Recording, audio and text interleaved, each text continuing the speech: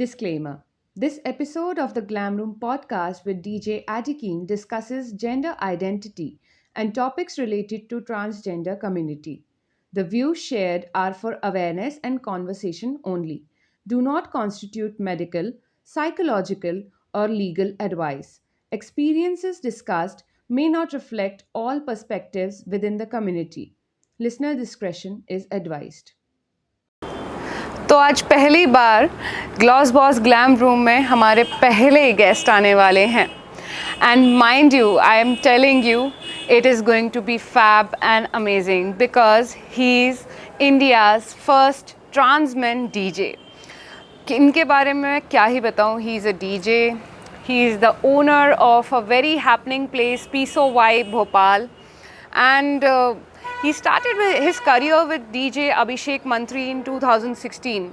So let's get to know him, jump right into the video, and here's DJ Adikeen aka Hriday Pathak for you. Hi DJ, how are you? Hi Gloss Boss, I'm all okay. How are you?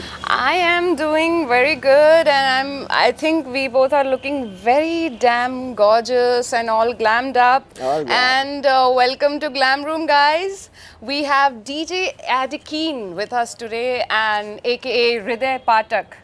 So Hriday, thank you so much for coming to Gloss Boss Glam Room, and you are the first guest of this segment of our podcast. Thank you so much. So DJ, you told us that you are a first trans man DJ plus music producer.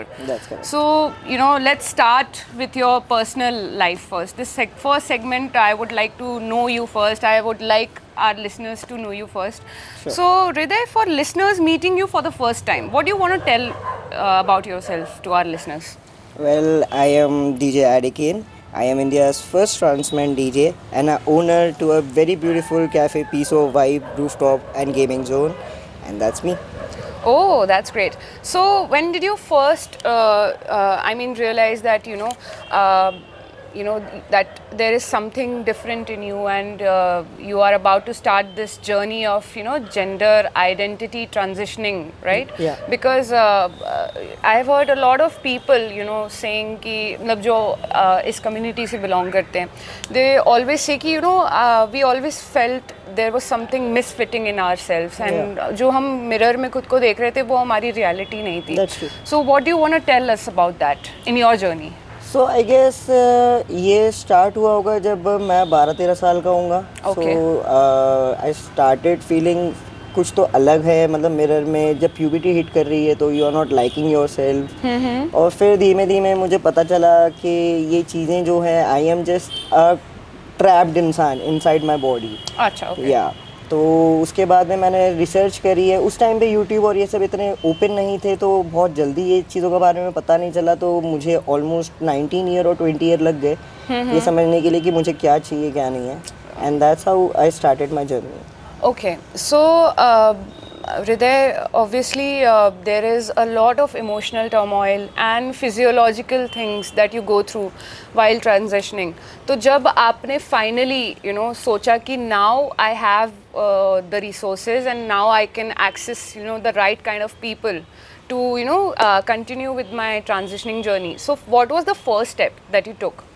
So the first step obviously was telling my parents about it, क्योंकि भले ही हम लोग like I have a very cool family, but yet ये जो चीज़ रहती है हमारे world में इतना टैबू बना दिया इस चीज़ को कि you cannot discuss with anyone else. तो पहले तो मैंने स्टेप यही लिया कि मैंने घर वालों को समझाया. ऑफ कोर्स वो उतने प्लान्ड अप के हिसाब से तो ठीक नहीं गया जितना होना चाहिए था, बट ठीक है वो एट लास्ट मैंने उन्हें मना लिया. And then the first step was कि आपको एक साइकेट्रिस्ट के पास में जाना है और उनसे सर्टिफिकेट लेना है that you are mentally strong, जो भी आप अपना लाइफ चेंजिंग का डिसीजन ले रहे हो. एंड दैट्स हाउ मुझे मेरे पहले ही सेशन में उनने सर्टिफिकेट दे दिया था. He was very impressed with my talks and everything. तो उन्होंने मुझे पहले ही सेशन में दे दिया था फर्स्ट डे में.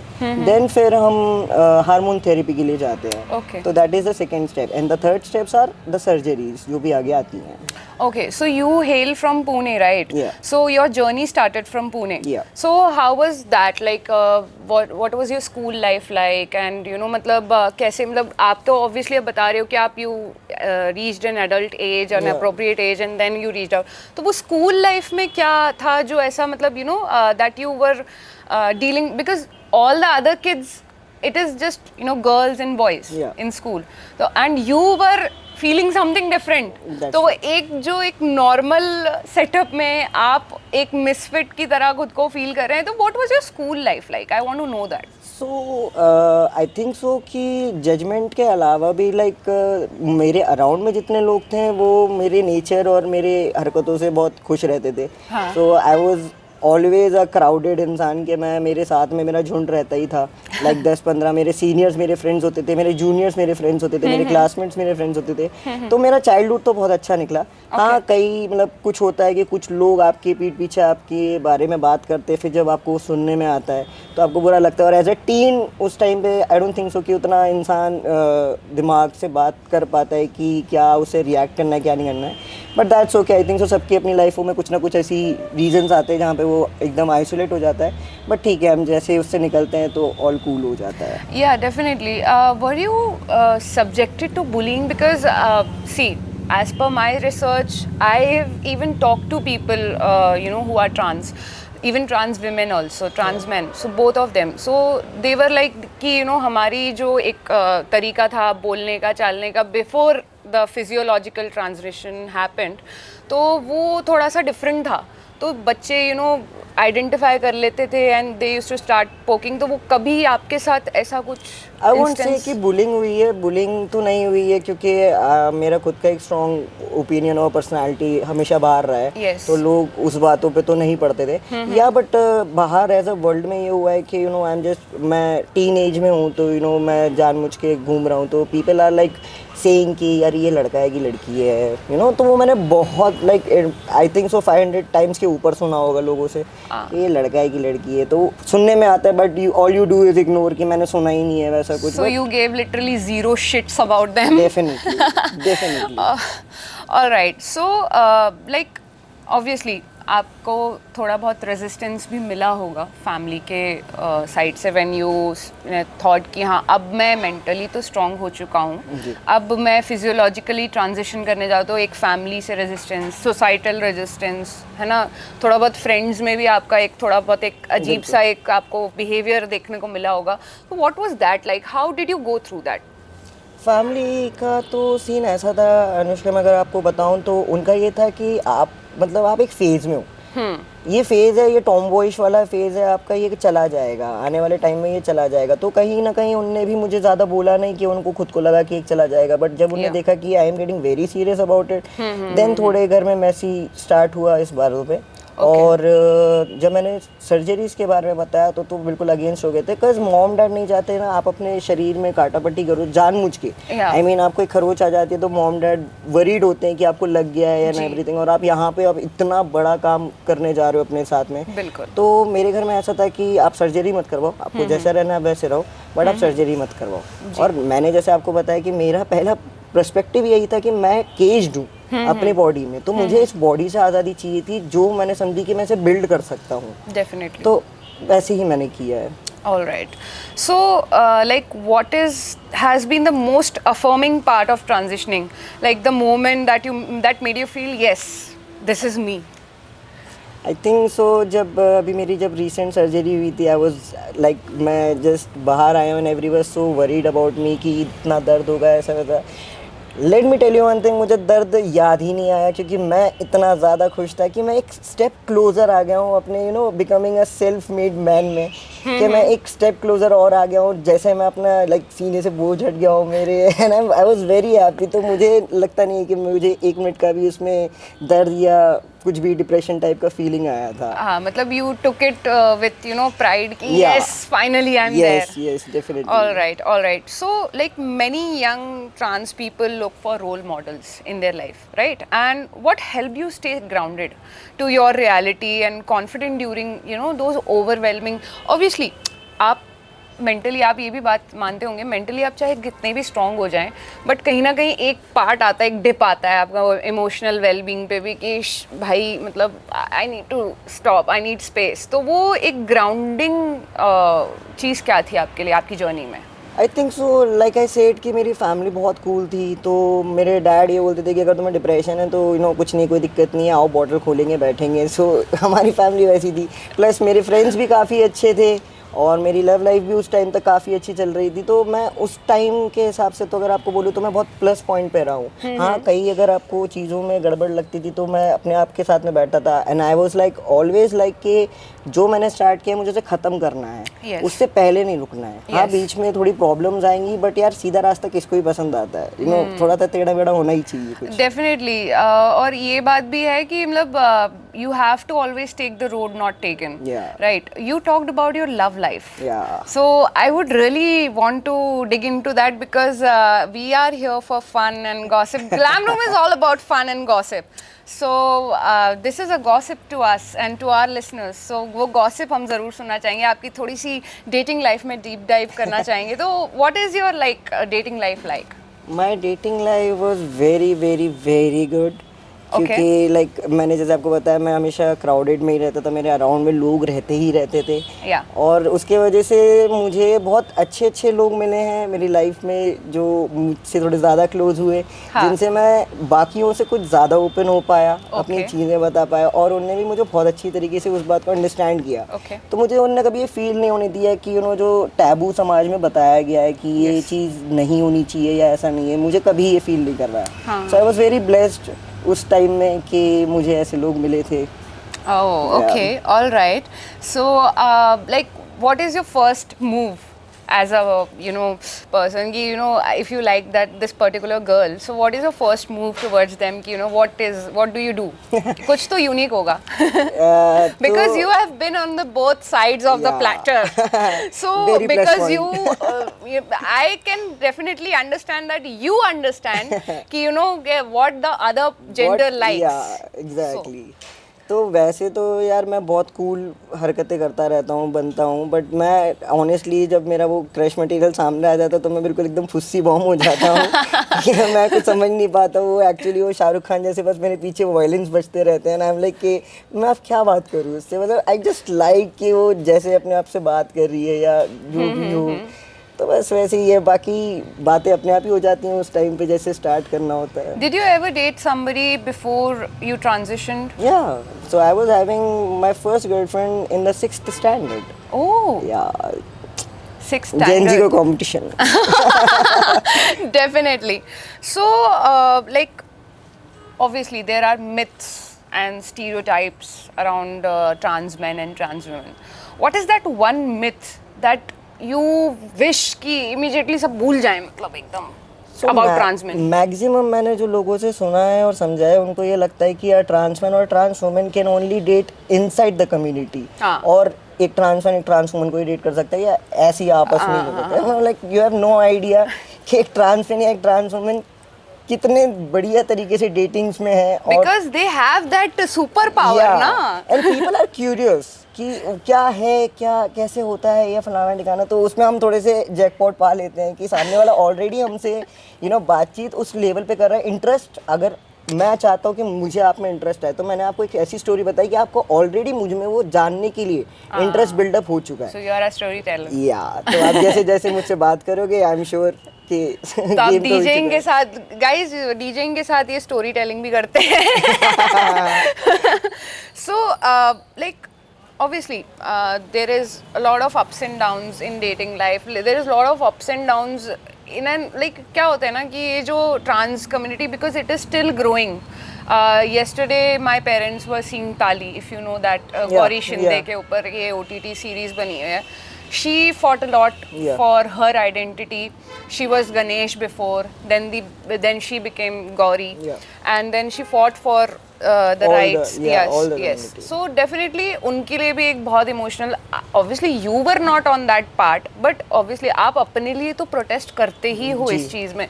तो जब किसी new person को you tell कि हाँ मतलब yes I'm a trans man, तो आपको definitely कुछ weird reaction. So what was that weirdest reaction that you got? मतलब I want to know that कि कुछ एकदम एकदम अजीब अतरंगी सा ही वियर्ड रिएक्शन कि अच्छा तुम ट्रांस हो. मुझे ये डॉक्टर ने, जब मेरी सर्जरी हो रही थी तो मैं डॉक्टर, मतलब एक प्रोसेस होती है, या तो मैं लाइक कि मुझे सर्जरी करवानी है, तो वो बोलते हैं अच्छा तो आप मेल थे, आपको फीमेल बनना है. मैं बोला, नहीं मैं फीमेल था, मुझे मेल बनना है. तो ही वॉज लाइक, तो मतलब लड़की बनना है ना. मैं लाइक नहीं, मैं लड़की था, मुझे लड़का बनना है. तो मुझे बहुत फनी लगा, ये बहुत प्राउड मोमेंट भी था कि भाई मैं लाइक जो मैं बंदा बनना चाहता हूँ, सामने वाले यकीन ही करने को तैयार नहीं है. अब तो मुझे लगता है कि हाँ मैं सही जा रहा हूँ जहाँ जा रहा हूँ. This was the weirdest. All right. So Hriday, now that you are a man, how is life like? मतलब क्या है, एक चेंज शिफ्ट आता है. Obviously you have shifted your self completely, एक रीस्ट्रक्चर हो चुका है completely. Your body, your mentality, everything has changed. You your self has changed. मतलब वो एक पास्ट सेल्फ जो आपकी थी वो तो नॉन एग्जिस्टेंट हो चुकी है. कहीं ना कहीं वो एक इंसान की तरह ही होती है हमारी पास्ट सेल्फ, और हम उसको कहीं ना कहीं पीछे छोड़ के आ गए. Now that you are a man, what is your life like? So it's very hard, if I can say. Hard? क्योंकि यार देखो, बंदा बनना ना बोला जाता है बहुत इजी होता है, कूल होता है, लौंडेबाजी बड़ी होती है, बढ़िया होती है, लेकिन एक्चुअल में बंदा बनना बहुत हार्ड होता है. बिकॉज ऑफ द रिस्पॉन्सिबिलिटी जो उन पे उनके ऊपर जो रिस्पॉन्सिबिलिटी दी जा रही है, सिर्फ घर से नहीं मिल रही है, उनको घर से भी लेनी है, उनको गर्लफ्रेंड से भी लेनी है, उन्हें समाज भी बता रहा है, उनको अपने पैरों पे खड़ा होना है. तो आई थिंक वो बहुत हार्ड होता है एक बंदा बनना. And hats off to every man out there, वो बहुत मेहनत करते हैं अपने कामों में. और मुझे लगता है कि फीमेल के पास में एक एडवांटेज ही होता है कि उन्हें रिस्पेक्ट मिलती है. अगर आप कहीं बाहर जा रहे हो तो उन्हें रिस्पेक्ट मिलेगी, जहाँ एट द सेम टाइम लॉन्डो को मालूम है उन्हें रिस्पेक्ट नहीं मिलने वाली है until and unless he is a big figure. किसी भी एक करियर में या किसी भी जगह पे एक बिग फिगर नहीं है, उन्हें रिस्पेक्ट का आप सोच नहीं सकते हो. और मेरे लिए ड्रास्टिक चेंज था because as a female DJ या एक द फीमेल मैं आया तो मैंने वही देखा बाहर. और अब एकदम से मैं बंदा बन गया हूँ तो मैं लोगों का तरीका देखता हूँ बात करने का, लॉन्डो मतलब जो मुझसे हो रही है डायरेक्टली, तो मुझे बहुत ड्रास्टिक चेंज लगता है कि इसी जगह पे मुझे यस मैम, जी मैम, ओके मैम, और एकदम वही जगह पे क्या है, क्या यहाँ पे क्या कर रहा है, फलाना ठिकाना. तो आप एकदम नॉर्मल किसी भी क्षेत्र में ये चीज़ पता कर सकते हो. तो आई थिंक तो it is very hard, but I am very glad कि मैंने ये चीज़ चुनी है. मैं वहाँ से यहाँ शिफ्ट हुआ हूँ एंड आई एम लर्निंग, और मैं ऑब्जर्व करता हूँ हर बंदे को, और जितना मुझे लगता है मैं अपने पास रख लेता हूँ और खुद बनने की कोशिश करता हूँ.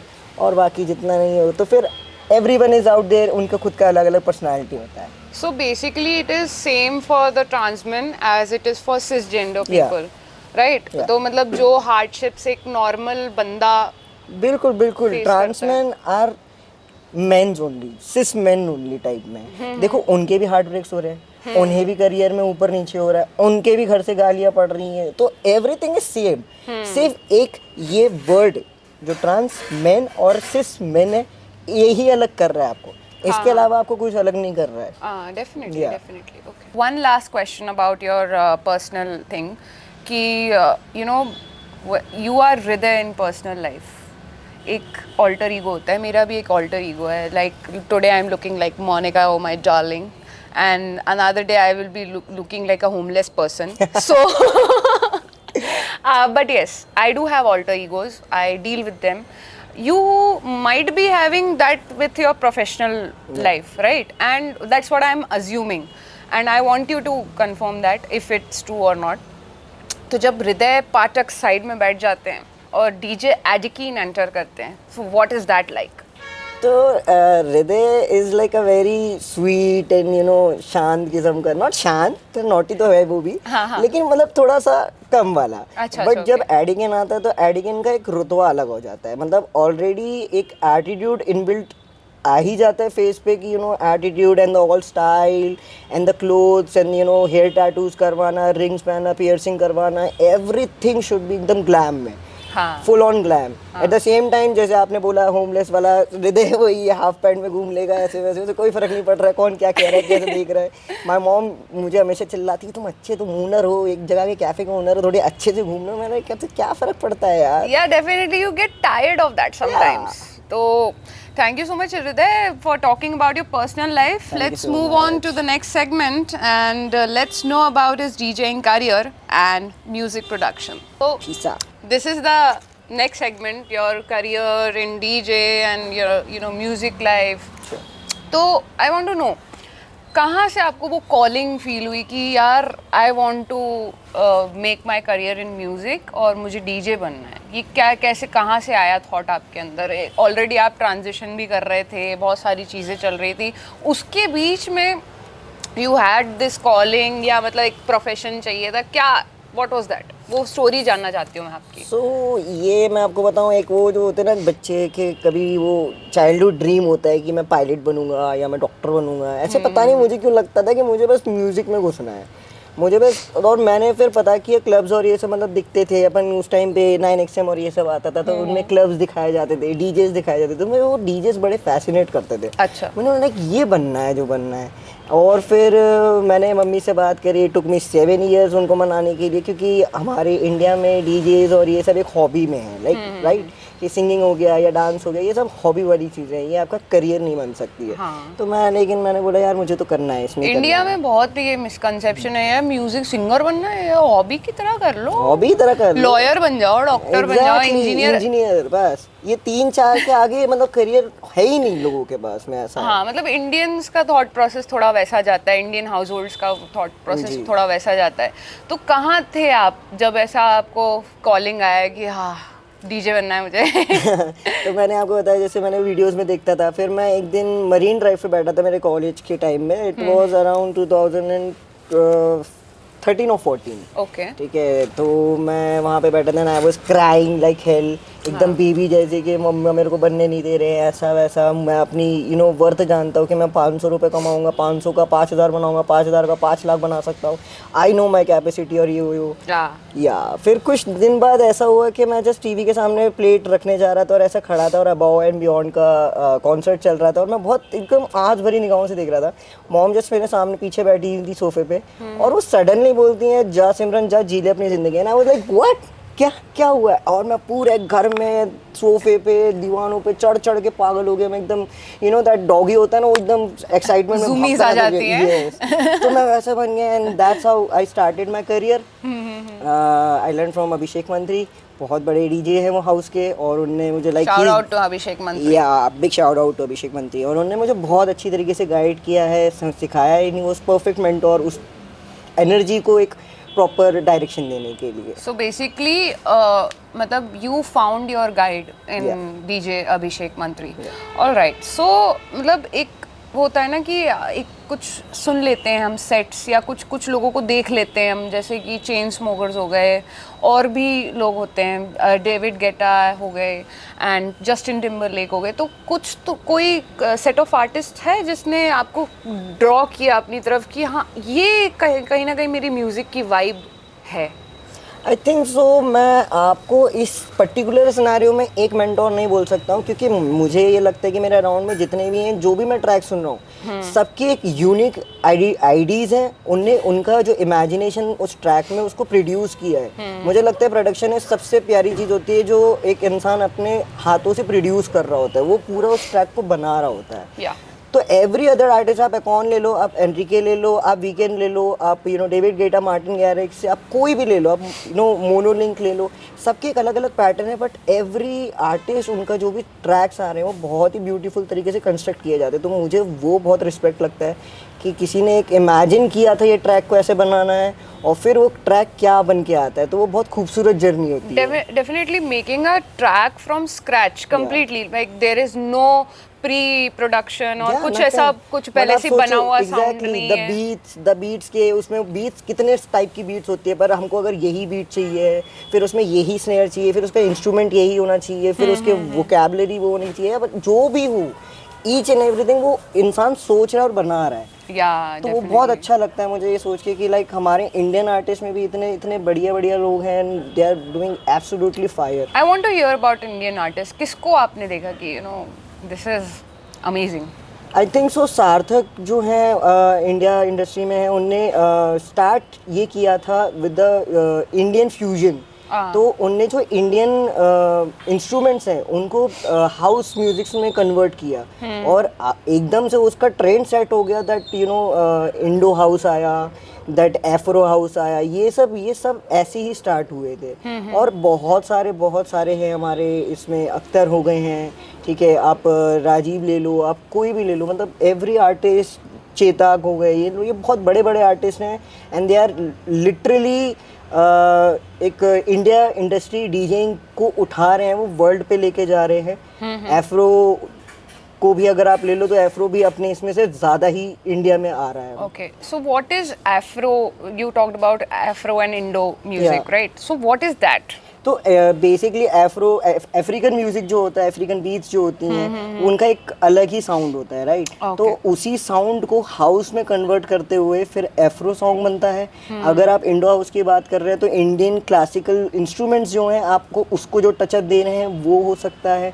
ऐसी अलग अलग जॉनर्स के अलग अलग स्पेसिफिकेशंस होती हैं। टेक हाउस हो गया, मोर थोड़ा ग्रूवी रहेगा, एकदम थोड़ा इलेक्ट्रिक ज़्यादा रहेगा उसमें, ठीक है। डब स्टेप हो गया, वो थोड़ा हेड बैंगिंग ज़्यादा रहेगा। साइड ट्रांस हो गया, थोड़ा और अलग रहेगा। मतलब ये बहुत अलग अलग जॉनर है। आप बस सोचो कि आपको कौन सा टाइप का गाना चाहिए, and it's already exist India में, मतलब सॉरी वर्ल्ड में। ओके ओके, आजकल पब्लिक ना बहुत पागल हो रही है टेक्नो की तरफ। Yeah, तो what all is this techno. Techno? मतलब मेरा कभी वो वाइब बन ही नहीं पाया। मैंने सुना बट इट वाज ऐसे सर से एरोप्लेन उड़ गया। तो व्हाई इज दिस टेक्नो सो मतलब ग्रैबिंग, इतना ग्रैबिंग? टेक्नो का सीन ऐसा है कि टेक्नो इज और ज़्यादा एनर्जेटिक। जैसे मैंने आपको टेक हाउस का बताया, टेक्नो इज़ वेरी एनर्जेटिक। और जेंजी में इसलिए भी हो गया है एकदम फेम में, क्योंकि यू नो चश्मा लगा के एकदम लब में एकदम फुल ऑन ऐसे ऐसे करते रहो ना, इट्स ऑल कूल टाइप की वाइब जो होती है ना।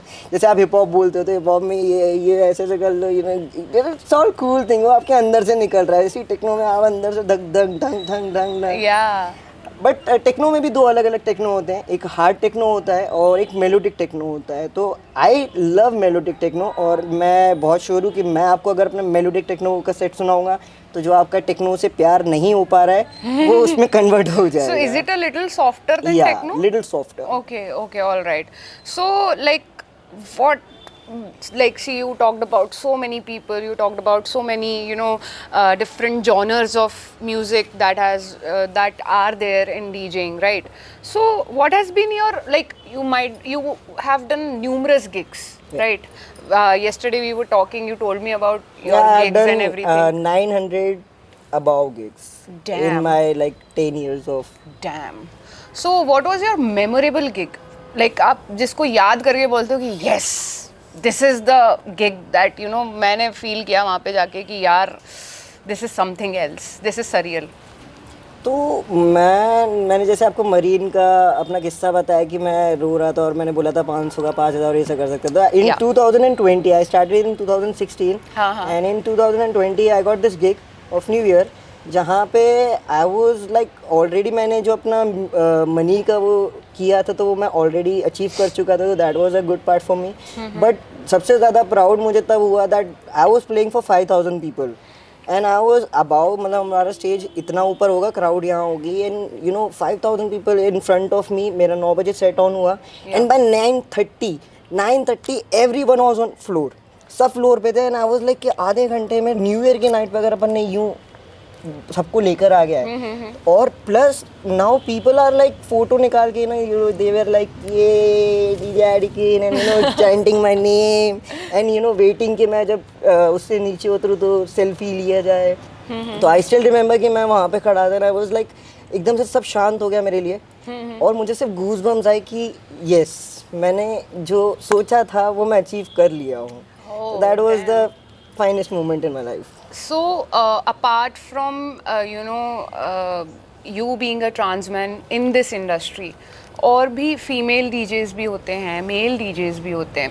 तो मैंने कई लोगों से ऐसा सुना है, like I did a survey before coming here, right? And तो मैंने कई लोगों से बोला कि you know I like female DJs more, some people said I like male DJs more. तो उस पे आपका क्या पर्सपेक्टिव है? So because of let me tell you, क्योंकि मैं दोनों ही अब सेक्शन में डीजेइंग कर चुका हूँ, सो सीन ऐसा होता है कि मैनी फीमेल डीजेस अपना टाइम उस पर नहीं देती हैं। They just utilise the time अपने आप को ग्लैम करने के लिए। कि मेरे बाल हाईलाइट होने चाहिए, मेरे कपड़े एकदम टॉप टू नॉच होने चाहिए, एकदम ये होना चाहिए, वो होना चाहिए। वो जो कंसोल पे उनको टाइम देना है, वो कंसोल पे वो टाइम देते ही नहीं है। मैक्सिमम फीमेल्स मैं बोलूँगा कर भी लेते हैं, लेकिन कुछ कुछ फीमेल डीजेस होते हैं जो प्री सेट्स बजा रहे होते हैं, या उन्हें मालूम नहीं रहता कि वो क्या कर रहे होते हैं, एंड बिकॉज ऑफ देम दूसरे डीजेस डिस्टर्ब होते हैं। क्योंकि देखो, इवेंट मैनेजर और जो क्लब वाले, उन्हें सिर्फ ग्लैम से मतलब है। उन्हें ये मतलब नहीं है कि आप क्या बजा रहे हो, क्या नहीं बजा रहे। लेकिन मुझे ये जानना है कि अगर वो 2 ट्रैक के बाद में तीसरा, उसने 500 लोग तो लेकर आ गया, लेकिन 2 ट्रैक के बाद में वो तीसरा ट्रैक बजा ही नहीं पा रही है, तो वो 500 लोग की बदनामी किसको करेगा? वो क्लब को याद रखेगा, वो उस डीजे को याद नहीं रखेगा, उसने उस क्लब को। तो आप अगर एक ग्लैम के नाम पे फीमेल आर्टिस्ट भी चाहना चाहते हो, तो आप टैलेंट देखो ना पहले, आप उसकी प्रोफाइल अच्छे से चेक करो, नॉट जस्ट कि वो ऑल टॉप नॉच टाइप की दिख रही है इसलिए। क्योंकि देखो, मैं आपको बताऊं, मैं भी काफ़ी उस टाइम पे भी ब्यूटीफुल था। मैं अब हैंडसम हूं, लेकिन मैं उस टाइम पे भी था। तो मुझे मालूम था, क्योंकि मैं अंदर की इंडस्ट्री जानता था, तो मेरे साथ में जो फीमेल लोग थे, फीमेल डीजेस थे, तो मैं उनको देखता था, मैं लाइक ये टच भी नहीं कर रहे हैं, they are not even using EQs, बस ऐसे और ऐसे, और कई लोग तो प्री सेट बजा रहे थे। तो मुझे उस टाइम पे लगता है कि जो एक मेल डीजे डिजर्व कर सकता था, जो अमाउंट वो डिजर्व करता है, वो उसे इसलिए नहीं मिल रही है क्योंकि एक मेल डीजे है। और इनको वही ऊपर लाइक आप समझ लो 5 to 10x ऊपर मिलता है, एंड फॉर व्हाट? जब वो चीज़ को वो डिफाइन भी नहीं कर रहे। आप डीजे को बुक कर रहे हो, डीजे टैलेंटेड होना चाहिए, सिर्फ ग्लैम से मतलब नहीं है। And that is the reason कि आजकल जिन आप देखो इंडस्ट्री में, जो अगर मॉडल्स नहीं चल रही हैं या एक्टर्स नहीं चल रहे, वो उनको मानो में एक चीज़ के कहाँ जा सकते हैं, डीजे बन जाओ, वेल एंड गुड रहेगा, कोई दिक्कत नहीं रहेगा। So I think so DJs please, अगर आप लोग कोई लेडी डीजे हो तो work on yourself, on your tracks, not yourself. मतलब वो भी करते रहो। Basically, you are taking a pretty huge dig on those female DJs. बिल्कुल। Why? मतलब I obviously you told why is that, but I hope कि मतलब obviously लोगों ने बोला है कि they like a lot of female DJs, तो ऐसा तो I think नहीं होगा कि female DJs अच्छा बिल्कुल ही प्ले नहीं करती हैं। नहीं, देयर आर बहुत सारे ऐसे फीमेल डीजेस हैं जो बहुत अच्छे हैं। अगर मैं आपको इंडिया से बताऊं तो देयर आर पेरोमा, ठीक है, उसके बाद में रिया करके है। बहुत सारे फीमेल डीजेस हैं जो यहाँ इंडिया में भी बहुत अच्छा बना रहे हैं, लेकिन बाहर तो बहुत ही लोग हैं ऐसे। बाहर वाले सबसे सॉर्टेड लगते हैं मुझे, क्योंकि वो उनको ग्लैम का मतलब वो नहीं है, तो वो जस्ट टी-शर्ट पहन लेंगे, टॉप पहन लेंगे, क्रॉप टॉप पहन लेंगे, and just doing their set. बस ये इंडिया में मैंने ज़्यादा देखा है कि उन्हें कोई मतलब नहीं है कि सेट क्या है, उन्हें ये मतलब है कि मैं अच्छी दिखनी चाहिए। आप दिखो, इट इज़ इम्पोर्टेंट, क्योंकि आप फेम की लाइन में हो, ठीक है। आप एज अ मेल भी हो तो भी आपको एकदम टॉप नॉच जाना चाहिए, क्योंकि आप कैमरेज के पीछे हो, मतलब सामने आ रहे हो। बट आपको अपने ट्रैक्स पे भी काम करना पड़ेगा, आपको अपने सिलेक्शंस पे काम करना पड़ेगा, आपको देखना पड़ेगा कि वो EQ जो आपको दिया गया है मशीन, उससे कैसे काम करते हैं। Definitely. तो मुझे लगता है कि फीमेल डीजेस को और इस बात पे काम करना चाहिए। Okay, so this is a question from our listeners. As a trans man in the entertainment industry, do you feel your identity influences your artistry or how the crowd connects with you? Okay, so actually में तो कोई फ़र्क नहीं पड़ता है। Like जो clubs में आ रहे हैं उन्हें कोई फ़र्क नहीं पड़ता आपकी पास्ट लाइफ क्या है क्या नहीं है। उनको बस इससे फ़र्क पड़ रहा है कि मैं 2 गाने सुनूंगा, दूसरे गाने में अगर इस बंदे ने मेरे को हिला दिया, तो बंदा बढ़िया मतलब काम कर रहा है। उनको नहीं फ़र्क है कि डेक के पीछे कौन है क्या है, तुम अच्छा सेट बजाओ। वी शुड, मतलब मुझे ग्रूव करने को मांगता है एंड वो चीज़ होना चाहिए। तो definitely this was a question from our listeners. Then again what I would like to carry forward is कि नाइट लाइफ और म्यूज़िक सीन ना थोड़ा सा एक आपको chaotic भी बना देता है दिमाग के अंदर। बार बार being a creative person myself, मैं लगातार कंटेंट बनाती रहती हूँ अभी भी। Currently I am filming each and every day, और अगर फिल्म नहीं कर रही हूँ तो I am writing some kind of script, right. I am talking to some kind of people for next podcast and everything. तो वो कहीं ना मेरे को भी एक वो आ जाता है क्रिएटिव ब्लॉक कि भाई stop, I need a break. तो वो चीज़ कैसे आप अटेन करते हो? क्योंकि कहीं ना कहीं एक ग्राउंडिंग तो चाहिए होती है। आप इतना प्ले करोगे, बूम बूम बूम बज रहा है एकदम, आप लगातार प्ले करे जा रहे हो, लगातार आपके पास गिग्स आ रहे हैं। तो what do you do in that time कि हाँ अब आज मैं फ्री हूँ, आज मेरे पास छुट्टी है आज मेरी, तो आज मैं क्या, व्हाट डज हृदय और डीजे एडिकीन do in his free time? तो मैं सबसे पहले तो टू बी ऑनेस्ट मैं मेरे शो के अलावा फिर शो दूसरे जा ही नहीं पाता हूँ, क्योंकि मेरे वीकली शोज हो जाते थे। उसके बाद अगर मुझे 1-2 दिन मिला तो फैमिली टाइम हो गया, हम आउटिंग निकल गए, एक सुकून भरी एक नेचर भरी जगह पे जाना मैं ज़्यादा प्रेफर करता हूँ, जहाँ पे आप नेचर से कनेक्ट भी कर पा रहे हो। आप एक सुकून का जो एनवायरनमेंट होता है उससे उससे क्या होता है, आपका माइंड बैलेंस कर लेता है, आप नई तरीके से क्रिएटिविटी सोच पाते हो अपने ही काम के लिए।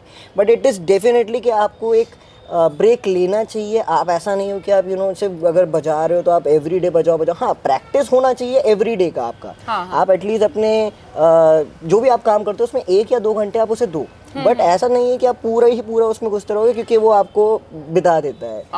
या तो मेरे साथ तो यूजुअली ऐसा होता है कि मैं ब्लॉक पे हूँ, अगर बिल्कुल बहुत ही गंदा सा ब्लॉक आ गया है तो I go ahead listen to music, और नई म्यूज़िक भी नहीं सुनना है, शांति चाहिए, मैं एक कोने में जाके बैठ जाती हूँ एंड आई जस्ट सी कि रोड चल रहा है, ट्रैफिक चल रहा है, उसमें भी फिर अपने आप धीरे से when the realisation comes back कि हाँ अब मेरा ब्रेक ख़त्म होने वाला है, तो मेरा ब्रेन सब अनकॉन्शियसली अपने आप ही इट स्टार्ट्स कि अरे यार ये आइडिया आ रहा है, इस पे कंटेंट बना सकते हैं, इस बंदे से बात करके देखते हैं, हाउ डज इट वर्क। तो ये मेरे साथ I relate to you completely कि हाँ एक थोड़ी सा ना शांति चाहिए होती है, कुछ ऐसा चाहिए होता है कि बस अभी अभी थोड़ा सा चुप हो जाओ सब shut up. So what is your like, अब जो आप यहाँ तक आ चुके हो, अब आगे का रोड मैप आपका कैसा दिख रहा है? Like what is your future gig that you are dreaming about कि अब मतलब अब मैं इतना काम कर चुका हूँ, अभी और मुझे इतना करना है, but this is my thing कि हाँ मुझे यहाँ रीच करना है, बस ये मतलब अब ये मेरा मेन गिग है, जो अब ये मेन माइलस्टोन मुझे रीच करना है, व्हाट इज़ दैट? तो आई थिंक सो जितने भी हमारे लिसनर्स में जो डीजेज होंगे या जो बनना चाहते हैं, उनका एक अल्टीमेट एम होता है Tomorrowland. So Tomorrowland is the biggest music festival. और एक हर डीजे का एक ख्वाब होता है कि वो टुमारोलैंड तक तो पहुंचे और टुमारोलैंड में बजाए, लैक्स पीपल के सामने, एंड एक वो अलग ही फीलिंग होता है। Tomorrowland is another feeling. अच्छा जी, ओके।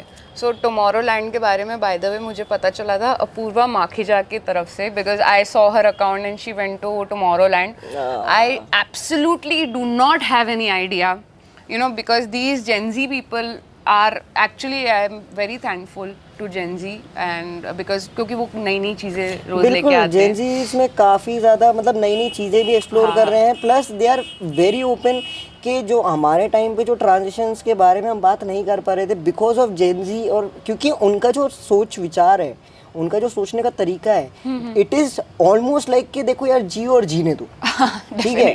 तो वो थोड़े कूल टाइप के, मोर कूल टाइप की जनरेशन है कि यार ये कौन किसने कहा था ऐसा नहीं हो सकता, अरे करो यार कोई दिक्कत नहीं है। तो आई थिंक सो जेन जीज को हाँ इस बात पे तो थैंक यू मिलता ही है कि उन्हें वर्ल्ड एक बेटर प्लेस बनाते जा रहे हैं, वो ओपन करते जा रहे हैं। तो जो लोग क्लोजेट में थे किसी भी रीजन के कारण, नॉट जस्ट के ट्रांजिशंस के कारण, किसी भी रीज़न के कारण वो क्लोजेट से बाहर आ रहे हैं, अपने आप को बात कर पा रहे हैं, क्योंकि वर्ल्ड ओपन हो रहा है अब उनके लिए।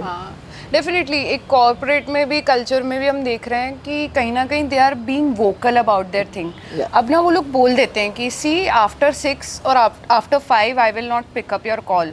Even when I was in corporate and I had Gen Z people working with me, I would not use the word under me, but they were working with me because यार कंधे से कंधा मिला के काम करते हैं, बहुत मेहनती होते हैं। So they were like, ma'am अब बना 6 बज गया है अब हम पार्टी करने जा रहे हैं, डू नॉट बॉदर कॉल। मैं कहा बेटा मेरे को तुम कॉल करना ही मत, मेरे को भी मत करना, because I will be somewhere. कहीं ना कहीं हैंडशेक वाले बातें हो जाती है कि बिल्कुल आप जो चाहते हैं वो हम चाहते हैं। Definitely it is same here also. तो जेनजीज उनके कारण कहीं ना कहीं म्यूजिक इंडस्ट्री में भी I have seen that the graph has gone up, क्योंकि कहीं ना कहीं उनको बड़ी क्यूरियोसिटी रहती, इतनी क्यूरियोसिटी हमें भी थी बट हमारे पास इतना रिसोर्स नहीं था। आज के टाइम पे everybody has mobile phones, everybody can access Instagram. उस टाइम फेसबुक की एक्सेस कर लें बहुत बड़ी बात होती है। हमारे टाइम पे तो ऑर्कुट था यार, फेसबुक भी मतलब ऐसा था, old citizens are on Facebook. अब वो एक शिफ्ट होती गई ये चीज। हाँ, it is a very drastic shift. तो उनके कारण ना कहीं ना कहीं ये जो करियर ऑप्शंस भी जो खुलते गए नहीं कि अच्छा डीजेइंग भी एक करियर होता है, म्यूजिक में भी प्रोडक्शन होती है, म्यूजिक इंजीनियरिंग होती है, साउंड इंजीनियर भी बन सकते हो आप, बहुत सारी चीज़ें होती है। तो I think that goes to social media also. और जो एक जेंजी का क्यूरियस माइंड है उस चीज़ को उन्होंने थोड़ा बहुत, आई कैन से कि थोड़ा बहुत गलत इस्तेमाल किया है ना, डेफिनेटली वो ओवर द टॉप हो जाती हैं चीज़ें, बट कहीं ना कहीं उसके कारण we got a lot of exposure. तो kudos to your Gen Z guys यार, मतलब आप अमेजिंग हो यार। हम लोग इतने वोकल नहीं थे, but because of Gen Zs we are vocal. Gen Zs में एक चीज है कि जेंजीज हमेशा 90s किड से जेलस थोड़े रहते ही है, लाइक 90s किड का थोड़ा तो अलग होता ही है। डेफिनेटली वो थोड़ा सा हमारे अंदर एक क्लासी और वो हो जाता है कि नहीं यार ये क्रिंज लग रहा है। जेंजीज लाइक ठीक है ना, करके देखते हैं, बुरा लगेगा तो लगेगा। तो दे आर वेरी रिस्क, मतलब रिस्क टेकर एक राइट वर्ड हो जाएगा उन लोगों के लिए। तो काफ़ी सारे जेंजीज हमारे एस्पायरिंग डीजेज होंगे एंड सुन रहे होंगे अभी हमें, तो उनको आप क्या एडवाइस देना चाहते हो, कि क्या बताना चाहते हो कि you no this is it, कि ये होता है, ऐसे अगर जाना है तो ये करना पड़ेगा, ये चीज़ें हैं, ये टूल्स, ये स्किल्स ये चाहिए पड़ेंगी, what would you give out that message? तो बहुत लोगों से मैं ये सुनता हूँ कि उन्हें हमेशा से डीजे बनना था पर वो बन नहीं पाए। आई am telling you, if you want become a DJ, बन जाओ, एंड बनते साथ ही स्टार्ट प्रोड्यूसिंग, म्यूज़िक प्रोड्यूसर बनो, ठीक है। यही तुमको बहुत ऊंचाइयों तक ले जाएगा। डीजेइंग एक लैडर टाइप का है, एक लेवल तक ही रखेगा वो आपको, but the music production is the thing जो आपके लिए यू नो उसका एम स्काई है। आप म्यूजिक प्रोडक्शन के साथ में स्काई तक लिमिट रीच कर सकते हो। तो आप सबसे पहला काम करो डीजेइंग में कि आप म्यूजिक प्रोडक्शन स्टार्ट करो। And the most important tip is कि don't be a zombie behind the console. अगर आप एंजॉय नहीं कर रहे हो अपने प्ले को यू नो सुनते हुए, तो सामने वाला उतना एंजॉय नहीं करेगा। कुछ भी बजा रहे हो आप एंजॉय करो, you know have some groove, you are a DJ, you should be cool. तो एक ज़ॉम्बी बनने की जरूरत नहीं है, कूल बनो, ग्रूव करो। डेफिनेटली। सो क्योंकि अब हमारे लिसनर्स के पास एक न्यू लिसनर्स भी आ गए हैं, ऐड हो रहे हैं, and they will see you for the first time. कहीं ना कुछ लिसनर्स आपको जानते होंगे, कुछ लिसनर्स अभी आपको डिस्कवर कर रहे होंगे, तो उनके लिए मैं आपसे एक सवाल पूछना चाहती हूँ, what is your signature sound, what is your signature vibe? कि मान लीजिए कल मैं आपके उसमें आती हूँ इवेंट पे, तो क्या मुझे सुनने को मिलेगा? मैं आपकी वाइब, मैं जो वाइब सेट करता हूँ वो करता हूँ लो टू हाई। तो मैं आपको बहुत प्यार प्यार से लेते हुए जाऊंगा, you know I let you you know enjoy your drinks, कि आप ग्रूव करो पहले, फिर एंड देन फिर मैं आपको like in like few minutes आप कब फ्लोर पे आ चुके होगे गाने सुन सुन के, आपको पता नहीं चलेगा। प्लस मैं ट्रैक्स जो मैं चॉइस करता हूँ, ट्रैक्स मेरे नेक्स्ट ट्रैक के लिए, काफ़ी लोगों ने मुझे उस बात के लिए अप्रिशिएट किया है। तो मुझे लगता है कि एक वो भी मेरा पावर मूव है, जो सिलेक्शन ऑफ सॉन्ग्स है मेरे अंदर। तो I think so you love it. जब भी आप मेरे शो पे आएंगे आप भी मेरे फैन बन जाएंगे। Oh definitely definitely. So what is that last thing that you want to give out to our people? And one more question I want to add on, आपका ओजी ट्रैक कब आ रहा है? सून म्यूजिक प्रोड्यूसर, मैंने जैसे आप लोग को बताया कि आपको म्यूजिक प्रोडक्शन जल्दी ऑन कर देना चाहिए, मैंने नहीं करी और मेरी सबसे बड़ी बेवकूफ़ी होती। But I am still you know मैं एक लर्न कर रहा हूँ उस प्रोसेस को, और एक परफेक्ट चीज़ें डिशेस लेकर आ रहा हूँ, और फिर मैं जब उसे कुक करूँगा तब मैं फिर आपके सामने वो ओजी dish I am waiting for you to cook. Put some garlic, some salt here and there, and I'm waiting for you to cook something amazing. Already आप कैफे भी own करते हैं, तो I want you to cook definitely. तो definitely thank you so much DJ Adikeen aka Hriday Pathak for coming to our glam room. और इस glam room का श्री गणेश किया है आपने, और आपने हमारा। So thank you so much. And I hope बहुत सारे लोगों ने आपसे इंस्पिरेशन ली होगी, बहुत सारे। एंड मैं बोलना तो यही चाहूँगा कि जितना ओपन आप लोग रहें एक दूसरे को अंडरस्टैंड करने के लिए, जितना हम्बल आप बन सकते हो आप बनो, क्योंकि जितनी परेशानी आपकी लाइफ में उतनी सामने वाले के लिए, और सामने वाला भी सिर्फ ये चाहेगा कि उसे कोई सुन ले। तो I think so it is always good to be you know humble, sweet. ठीक है, बैडएस रहो, बैडएस तो यू नो कूल लगता ही है, लेकिन उतना ही कूल स्वीट भी बनना रहता है, और लोगों को यू नो काइंड नेचर बहुत अच्छा लगता है। तो be kind to each other. Okay, so thank you so much हमारी बकबक सुनने के लिए guys, and stay tune to Glam Room. ऐसे ही अमेजिंग गेस्ट को मैं यहाँ लाती रहूँगी और आप लोगों से मिलवाती रहूँगी, and peace out. Peace out. Thank you so much. Bye bye.